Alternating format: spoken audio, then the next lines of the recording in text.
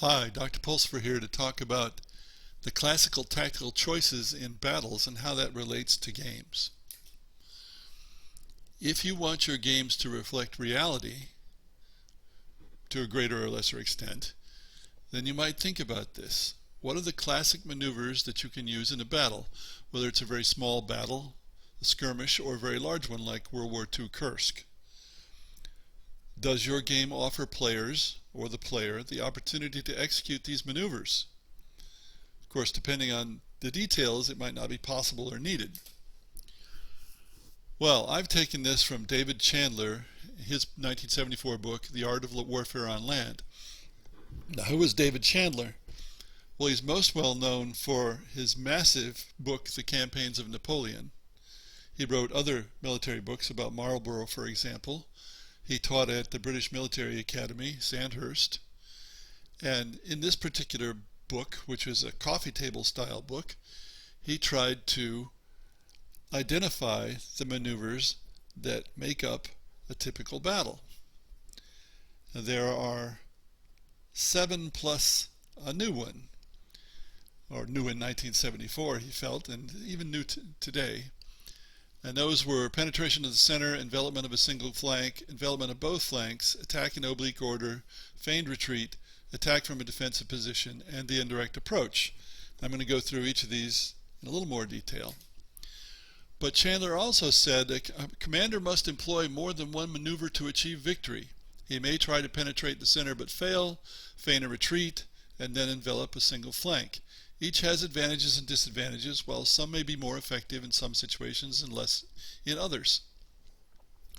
He also identified what he called the one modern maneuver of war, offensive revolutionary guerrilla. This maneuver has actually been around for a while, but it is only now becoming a legitimate, effective means of victory. And keep in mind, 1974, more than 40 years ago. Perhaps if he were living now and writing, he might add terrorism in some way, although terrorism is not really a military action, to this list. So I've divided these into several categories to try to make them a little easier to deal with. The first category is the most direct methods. Penetration of the center. In other words, going straight for the jugular, so to speak. This is probably the favorite, maybe the only maneuver of that unimaginative generals are going to use, but it can be used creatively as well. The second direct method is attack in oblique order. The Germans used this in World War I when attacking the West. They made the right wing very strong, but technically the oblique order is where the wing doesn't look any stronger than the other wings, but it's very deep. Epaminondas originally used this for Thebes versus Sparta and broke Spartan domination. He refused his left flank and put his troops in a very deep formation on the right flank, and they just pushed the Spartans out of the way and rolled them up. So that's the idea behind the oblique order. Push them out of the way and then roll up the enemy's line. Now there's the more imaginative sort of tactic, which is envelopment of a single flank or both flanks. In other words, march around an enemy flank and then either roll him up or attack him from behind. An envelopment of both flanks, of course, is more difficult, but can also be more far-reaching and is most famous from the Battle of Cannae, Hannibal versus Rome, because if it works, the enemy is more or less annihilated. The Germans did this to the Russians early in World War I at Tannenberg, and there are many other cases where envelopment of both flanks worked and bagged large numbers of the enemy. Then the third general category here is begin with defense. The first is feigned retreat. You defend for a while and then you retreat, and it's intended to catch the other side off guard as they pursue the retreating troops, and then the retreating troops stop and counterattack, and other troops come in and attack from the sides. This maneuver is fraught with danger if it becomes a real retreat or a panic. So you need really good troops to try to do this. The other is attack from a defensive position. In other words, set up a good defense, let the enemy chew themselves up, tire themselves out, because more attackers are going to be wasted than defenders, and then counterattack. And while I was making this, it reminded me of soccer tactics, the counterattacking teams which defend heavily and then get out on the counterattack and score a goal and win a game.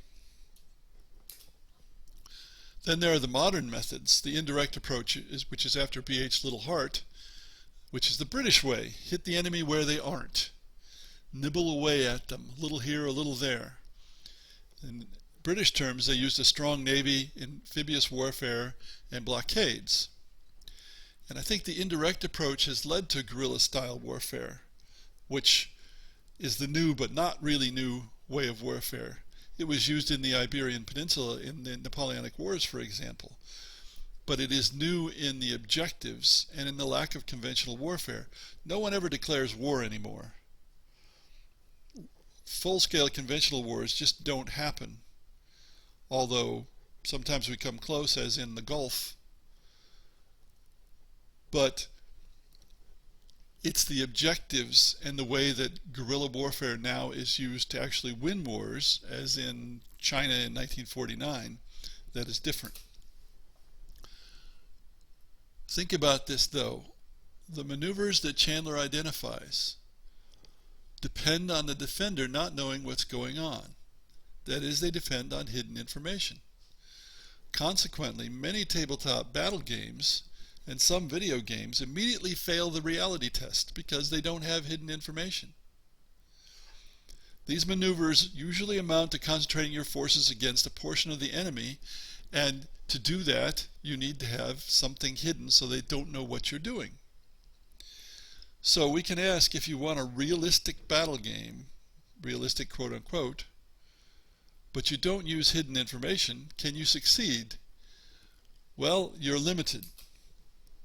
It's difficult. One alternative is simultaneous adjudication, which is much easier with computer than tabletop games. In effect, in simultaneous adjudication, the latest move of the enemy is hidden, even though earlier ones are not. Now, you could also choose to add activations or card-driven aspects to add uncertainty, but that doesn't hide anything. In a tabletop game, you can use blocks to hide identity. And you can use decoys, blocks that have no value, to make that more uncertain. Or you can use stacks of flat counters that the opponent can't look into, but that's very fiddly when the player who owns the stack has to look at the pieces. Once again, it seems that computer games have big benefits in this context. It's more expensive to make a computer game, but the computer game can be a lot closer to reality. In general, though, it's not surprising that the reality of war and the reality of games doesn't coincide once again. Thanks for listening.